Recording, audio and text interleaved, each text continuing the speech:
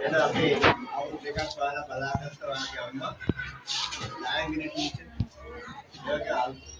අපි කාර්යගත අපේ දීර්ඝස ඊට පස්සේ සර් මාවත්ලා ගියාට පස්සේ මේ පන්තිය ඉතින් කාර්යගත ඒ සීතා ටීචර් ආදිනේ දෙමාපියෝ මම ප්‍රාර්ථනා කරනවා ඔයාලා පන්තිය සම්බන්ධනවා එකේ දෙකේ ඉඳලා ඒකට අපි කියන පළවෙනි ප්‍රධාන අවධිය. දැන් දෙවෙනි ප්‍රධාන අවධිය දෙවිතුනේ මේ පන්තියයි හතර පන්තියයි එක ටීචර් කෙනෙක් කැමති ඔයාලා අපේ ලබන්න.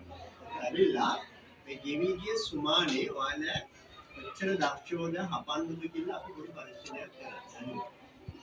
ඉතින් ගොඩාක් සතුටුයි කිසිම සතුටුයි සියලුම දෙනාම හොඳ දක්ෂ ළමයි කියන මම ඔක්කොම පොඩියක් ගන්නවා. ඒ අවශ්‍ය කරපු නිර්මාණ ඒ ක්‍රියාකාරීත්වය වැඩිවෙනවා සියලු දරුවෝ අපේ ඉන් කියන මට්ටමට සියල්ල ළඟා වෙලා තියෙනවා.